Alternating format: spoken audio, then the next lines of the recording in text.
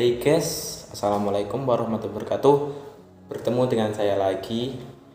Di sini saya akan mengevlog yang kedua kalinya mengenai konsep dasar sumber pembelajaran yang diampuh oleh Pak Udin. Saya akan mereaksi tentang pembelajaran kemarin yang diampuh Pak Udin tentang konsep dasar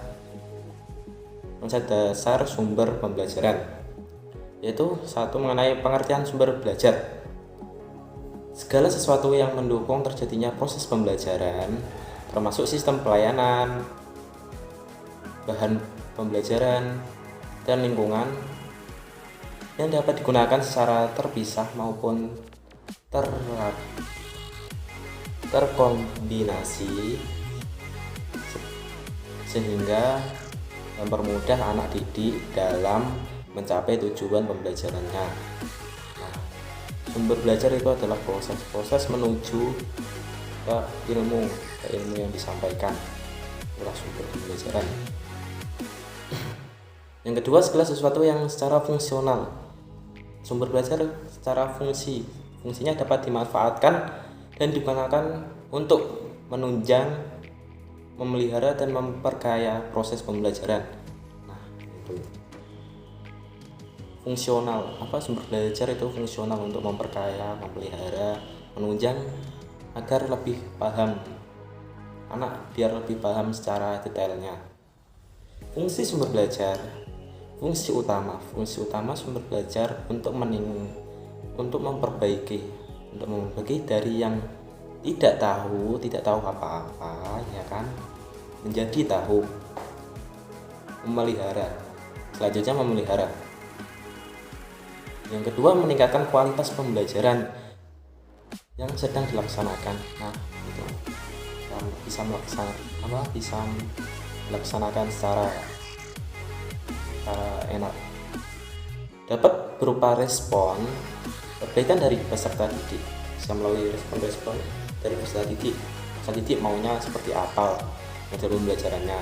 Kita bisa mengkombinasikan.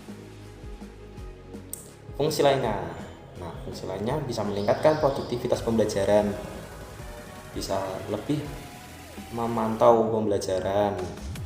Nah, itu memberikan dasar yang ilmiah.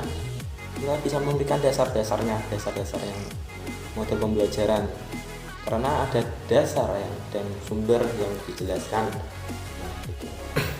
Kita lanjut lagi ke fungsi sumber belajarnya. Fungsinya yang tadi udah jelasin sedikit. Yang selanjutnya dapat memberikan pengalaman belajar langsung.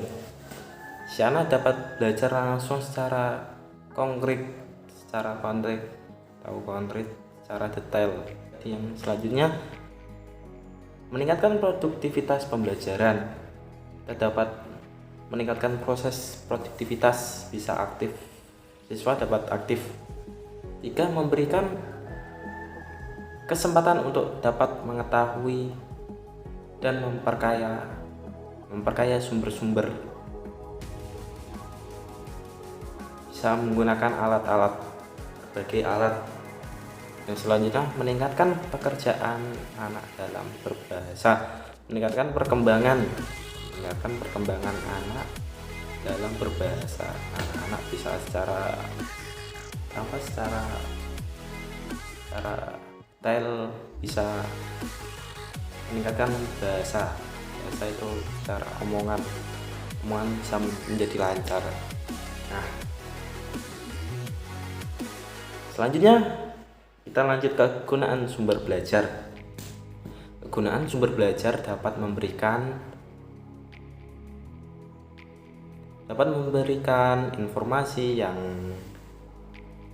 akurat. Nah, sumber media pembelajaran bisa memberikan informasi yang akurat dan terbaru.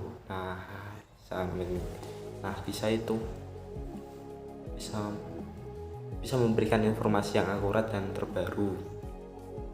Misalnya menggunakan buku teks.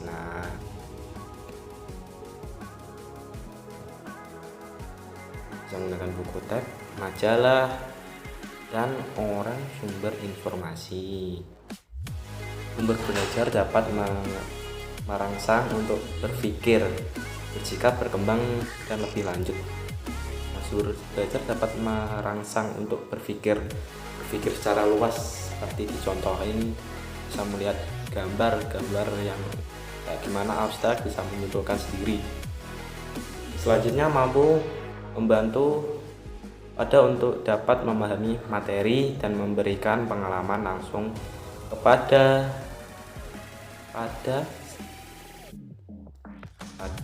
setiap memudahkan belajar secara umum. Itu dapat memudahkan belajar secara umum.